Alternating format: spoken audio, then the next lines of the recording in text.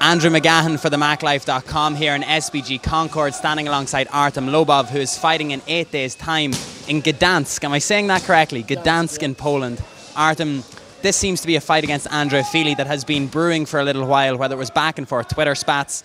How long has this been in the making, and how long has it been confirmed? Because it seemed like it was beef beforehand, before it was actually announced. Well, to be honest, obviously on the Ultimate Fighter we had a bit of a back and forth, and I asked him, for a fight, and then I remember afterwards I still wanted to fight him, but he was like, "Oh, if he doesn't win the Ultimate Fighter, I don't want to fight him."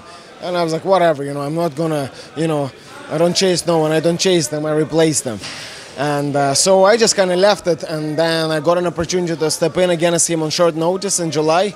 But obviously I was in the middle of McGahon camp with Conor, so it was an obvious choice. I wasn't going to sacrifice that camp just to fight fucking Fili. You know what I mean? Let's be honest, it's not that big of a fight. Like it's a fight I could have gotten any weekend.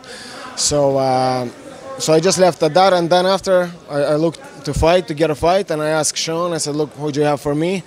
And this is the name he sent me, and as always, it's just been a yes from me. I don't really negotiate fights. Whoever they give me, that's who I fight. I know that you always say that you don't care who you fight, anytime, anywhere, any place, but was it nice after the back and forth, and maybe seemingly in the public perception, maybe you were not taking the fight due to other commitments, but then to be offered the fight for when you're free and ready to do it? Was that a nice bonus?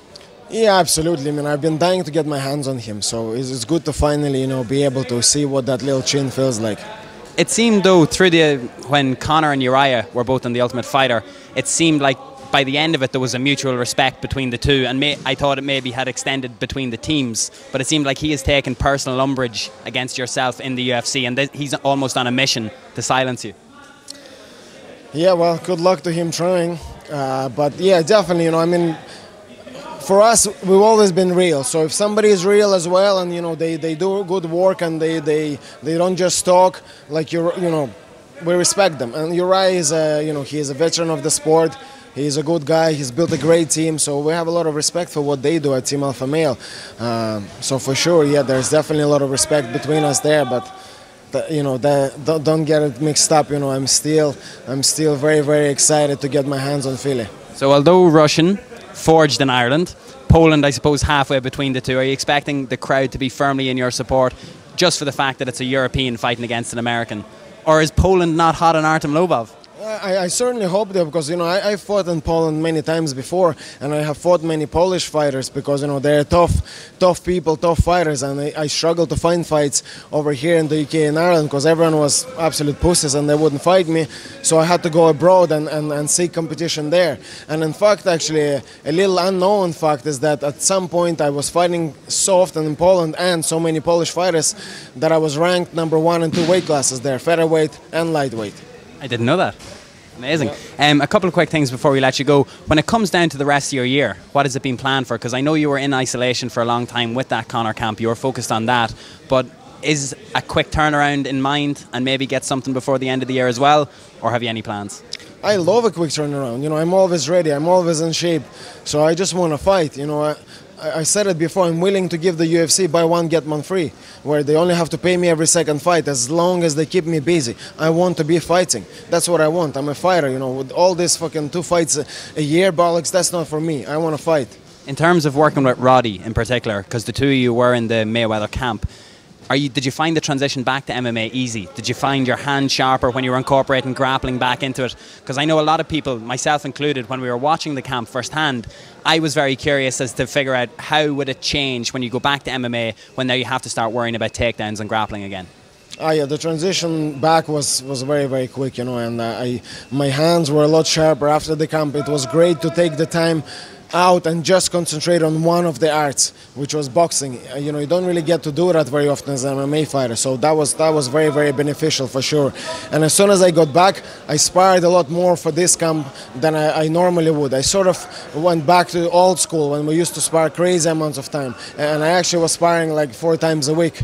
And I could do that because if you're not really taking that many shots in training, then why not? You feel nice and fresh, then it's all good. So for the first couple of weeks, I've been doing 4 spars a week. In terms of him as an opponent, do you feel that he is going to try and turn it into a wrestling fight, or do you think that he will be willing to stand and trade with you?